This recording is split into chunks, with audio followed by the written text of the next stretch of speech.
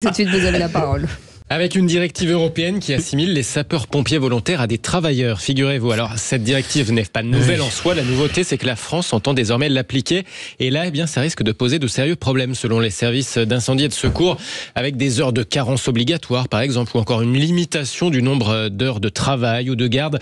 Bref, résultat, des soldats du feu beaucoup moins disponibles. Pour en parler, nous sommes en ligne avec le porte-parole de la Fédération nationale des sapeurs-pompiers. Bonsoir, Éric Brocardi. Bonsoir. Et merci d'être avec nous dans Les Vraies Voix sur Sud Radio. Alors, si l'activité des sapeurs-pompiers bénévoles est considérée comme un emploi à part entière, concrètement, ils vont devoir faire beaucoup moins d'heures de garde. C'est ça la conséquence concrète.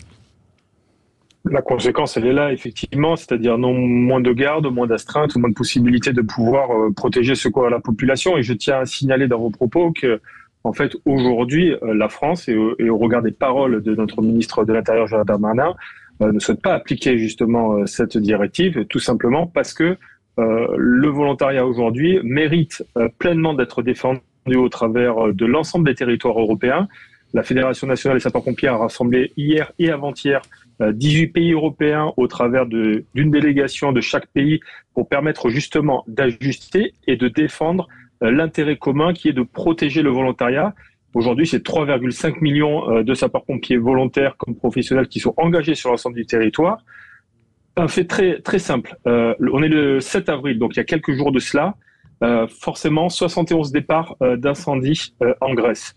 Donc si on n'a pas ce maillage territorial, si on n'a pas cette défense très, très simple des territoires au travers du volontariat comme des professionnels, il est évident aujourd'hui qu'on serait encore en train d'être spectateur d'une terre qui brûle. Donc il est essentiel aujourd'hui que l'ensemble des listes politiques qui sont engagées dans les élections européennes prennent attache auprès des fédérations de leur propre pays, auprès de la Fédération nationale des sapeurs-pompiers de France, pour dessiner l'importance aujourd'hui de protéger le volontariat. Parce qu'aujourd'hui on parle des sapeurs-pompiers volontaires, mais demain je change de tenue, je passe comme gendarme réserviste, c'est exactement la même chose. Il faut savoir ce que l'on veut. Est-ce qu'on veut une Europe qui protège et qui défend ? Ou est-ce qu'on veut tout simplement essayer de barrer la route à l'engagement ?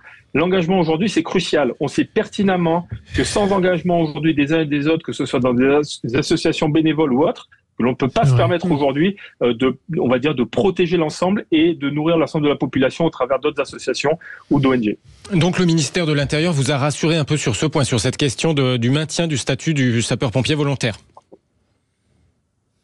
Comme depuis 20 ans, on essaie avec la Fédération nationale des sapeurs-pompiers de permettre justement ce bouclier protecteur et de donner les éléments essentiels au gouvernement pour pouvoir protéger les sapeurs-pompiers volontaires, mais aussi les sapeurs-pompiers professionnels qui ont aussi un statut parfois de pompiers volontaires. Pourquoi ? Parce qu'ils sont parfois professionnels dans une grande ville et quand ils rentrent chez eux dans des lointains contrées, ils ont forcément aussi un statut de pompiers volontaires parce qu'ils ont l'engagement dans le cœur. Donc, si on barre la route à cet engagement-là, il est évident qu'aujourd'hui, c'est la fin du volontariat, c'est la fin du secours de proximité, c'est la fin du cœur du sujet qui est justement la protection et le sauvetage des populations. Je tiens simplement à rappeler une chose, pour reprendre encore ce que je disais tout à l'heure en introduction. Aujourd'hui, l'essentiel des enjeux, c'est quoi ? C'est le dérèglement climatique, ce sont les problèmes de sécurité, ce sont les problèmes aujourd'hui de protection. Il n'y a pas une semaine sans qu'on parle à un moment donné du comportement ou du geste qui sauve. Il n'y a pas un sujet qui passe pendant la période hebdomadaire, que ce soit dans les fils d'actualité, qui ne parle pas à un moment donné de l'engagement des sapeurs-pompiers. Et aujourd'hui, on n'entend pas parler dans les programmes européens. Nous avons porté ça hier et avant-hier avec l'ensemble de nos collègues.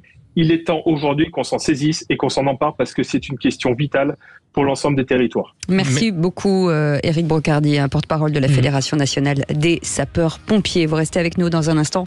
Le tour de table de l'actu des Vraies Voix avec Philippe Bilger. On parle de quoi ? Des crimes de plus en plus pour rien. Avec Benoît Perrin. Message à tous les adultes, faites aimer la lecture aux enfants. Et Olivier D'Artigol. Alerte sur la santé psychique des jeunes filles et des adolescentes. Et vous